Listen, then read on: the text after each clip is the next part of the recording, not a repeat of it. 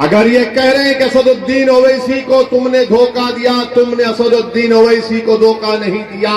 तुमने कोचा दामन के गरीबों और मजलूमों, नौजवानों को और मां और बहनों के पीठ में तुमने खंजर घोंपा है और कभी भी यहां की आवाम तुमको माफ नहीं करेगी। अगर हिम्मत है तो आज आओ, इस्तीफा दो, आज इस्तीफा दो। मैं इन चारों बेईमानों से कह रहा हूं, अगर तुम में हिम्मत है तो इस्तीफा दो। खुदा की कसम खाकर कह रहा हूं, तुम जब दोबारा चुनाव लड़ोगे इस्तीफा देकर, तुम्हारी जमानत नहीं बचेगी। है तुम में हिम्मत तो बोलो, नीतीश को आ जाओ, तेजस्वी को आओ, तुम्हारे लिए कैंपेन करो। ओवैसी अकेला खड़ेगा, इन सबसे मुकाबला करेगा। मगर इस्तीफा नहीं देंगे, इस्तेसाल करेंगे। इनमें हिम्मत नहीं है इस्तीफा देने की। अरे तुम नहीं जीते, मजलिस की मोहब्बत में अवाम ने वोट किया। तुम नहीं, तुम्हारी जात नहीं जीती, सीमांचल की लड़ाई के लिए अवाम ने वोट दिया। तुम्हारे बाप की वजह से तुम नहीं जीते, सीमांचल के गरीबों की वजह से तुमको कामयाबी मिली। ये समझ गए कि इनकी जात बहुत बड़ी है, इनफरादियत बहुत बड़ी है। अरे याद रखो, असदुद्दीन ओवैसी को अगर आज पहचान मिली तो अल्लाह के फजलो करम से मजलिस इत्तेहादुल मुस्लिमीन की वजह से मिली। मैं मजलिस की वजह से हूं, अगर मजलिस नहीं मगर नहीं हूं तो मैं कुछ भी नहीं। तो इन लोगों ने समझ लिया कि हम बहुत बड़े हो गए। अरे तुम कभी बड़े नहीं हो सकते। तुमने कौम से गद्दारी की, सीमांचल से गद्दारी की, गरीबों से गद्दारी की। तुम छोटे थे और हमेशा छोटे रहोगे इंशाअल्लाह। मेरे अजीज दोस्तों और बुजुर्गों, ये चार के चार जब निकलकर लालू के घर पर गए तो किसी ने मुझे तस्वीर भिजाई थी कि ये चार के पैर में चप्पल नहीं है, नंगे पैर बैठे हैं। चार के पैरों में चप्पल नहीं है, नंगे पैर बैठे, और लालू उसकी औलाद के पैर में चप्पल है। ये तुम्हारी इज्जत है। अरे हम तो तुमको अपने कंधे पर बिठाया था। सीमांचल की जनता ने तुमको अपनी आंखों का नूर बनाया था, अपनी पहचान बनाया था, मगर तुमको इज्जत रास नहीं आई। तुम चले गए, उसके पैरों में चले गए, तुम लालू के परिवार के। यहां पर महागठबंधन ने सीमांचल में जनसभा की तो इसी कोचा दामन के मौसूफ ने आखिरी सफ में उनको बिठा दिए और फोटो डाल रहे कि मैं बैठा हूं।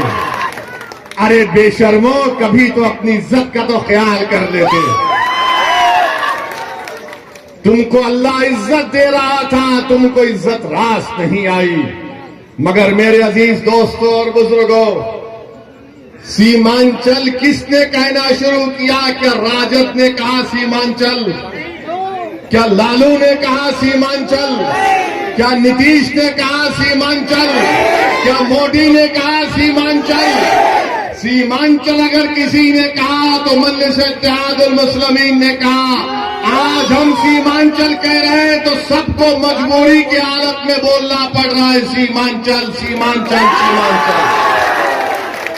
मैं आपसे वादा पहले भी किया था और आज भी कर रहा हूं, अगर सारी दुनिया मेरी खिलाफ हो जाए तब भी अकेला असदुद्दीन ओवैसी खड़े होकर सीमांचल की लड़ाई लड़ेगा। मैं दुनिया के खिलाफ जाने को तैयार हूं।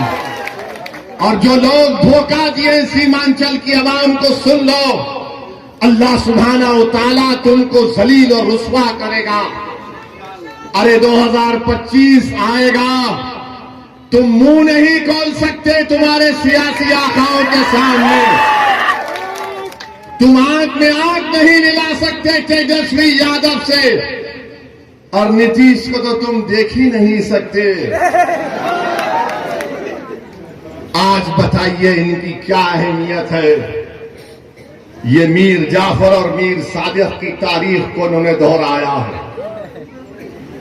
जिसने टीपू सुल्तान को, सिराजुद्दौला को धोखा दिया, ये इन्हीं लोगों के जानशीन है। मैं इनको मुबारकबाद देता हूं कि तुमने मीर जाफर और मीर सादिक की उस गद्दारी को तुमने जनता के सामने याद दिला दिया।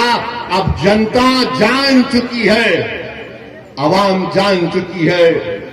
ऐवान असेंबली में अगर कोई लड़ता है सीमांचल के लिए तो ये लोग मंत्री बनकर बैठ गए, अपनी गर्दन मोटी कर लिए, अपनी गर्दन को मोटी कर लिए, और मगर सीमांचल के बारे में बात नहीं कर सकते। अगर कोई जुल्म के खिलाफ आवाज उठाता है बिहार की विधानसभा में तो उसका नाम अख्तरुल ईमान है।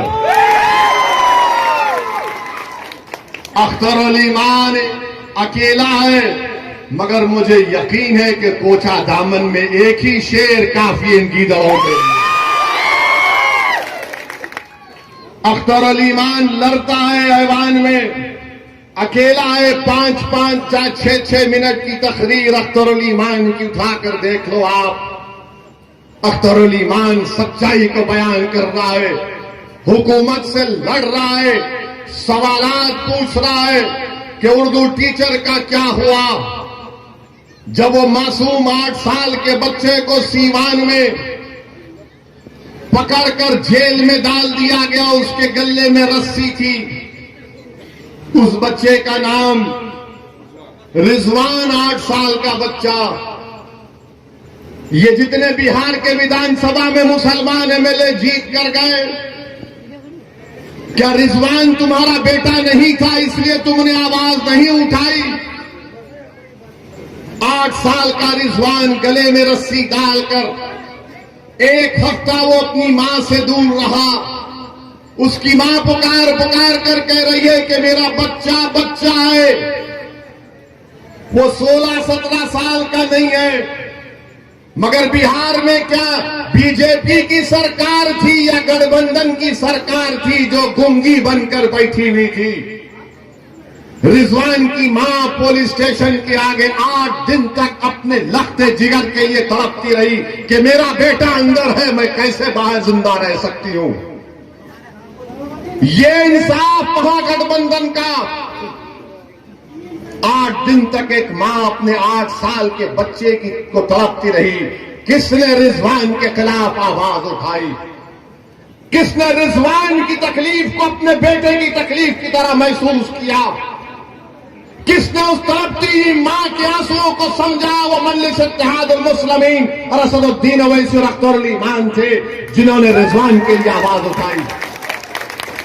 ये महागठबंधन के लोग क्यों नहीं बोले रिजवान के बारे में? अरे तुम बोलो ना, रिजवान के बारे में तुमने क्यों नहीं बोला? बोलो, इल्जाम लगाने वाले हम पर, रिजवान पर नहीं बोले। वैशाली में गुलनार नाम की एक बच्ची, वैशाली में गुलनाज एक बच्ची का नाम था, उसको जला दिया गया।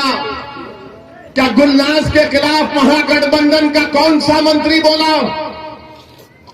ये कोचा दामन का बेईमान जो भागकर तेजस्वी के पैरों में क्या गुलनाज पर बोल नहीं सकते थे? नहीं बोलेंगे। अख्तरुल ईमान वैशाली को गए, गुलनाज के बारे में बोला, ये कुछ नहीं बोल सके। फिर मॉब लिंचिंग हुई गाया में, छपरा में, समस्तीपुर में, ये नहीं बोल सकते। मॉब लिंचिंग हुई मुसलमानों की, ये नहीं बोल सकते। किसके खिलाफ बोल सकते हैं ये तमाम बेईमान लोग? मालूम आपको किसके खिलाफ इनकी जबान चलती है? गुलनाज पर नहीं बोलेंगे, रिजवान पर नहीं बोलेंगे, बेगूसराय समस्तीपुर के मॉब लिंचिंग पर नहीं बोलेंगे। किसके खिलाफ बोलेंगे? ओवैसी के खिलाफ बोलेंगे। ये बी टीम है, वो फुला टीम है, ये उससे मिला हुआ है। अरे बेईमानो, तुम बुज़दिल हो, तुम मौत से डरने वाले हो, मैं मौत को अपनाने वाला हूं। तुम मेरे खिलाफ बोल सकते मगर तुम्हारी जबानें गूंगी क्यों पड़ गई? तुम रिजवान के बारे में नहीं बोले, गुलनाज के बारे में नहीं बोले, ये मॉब लिंचिंग के बारे में नहीं बोले।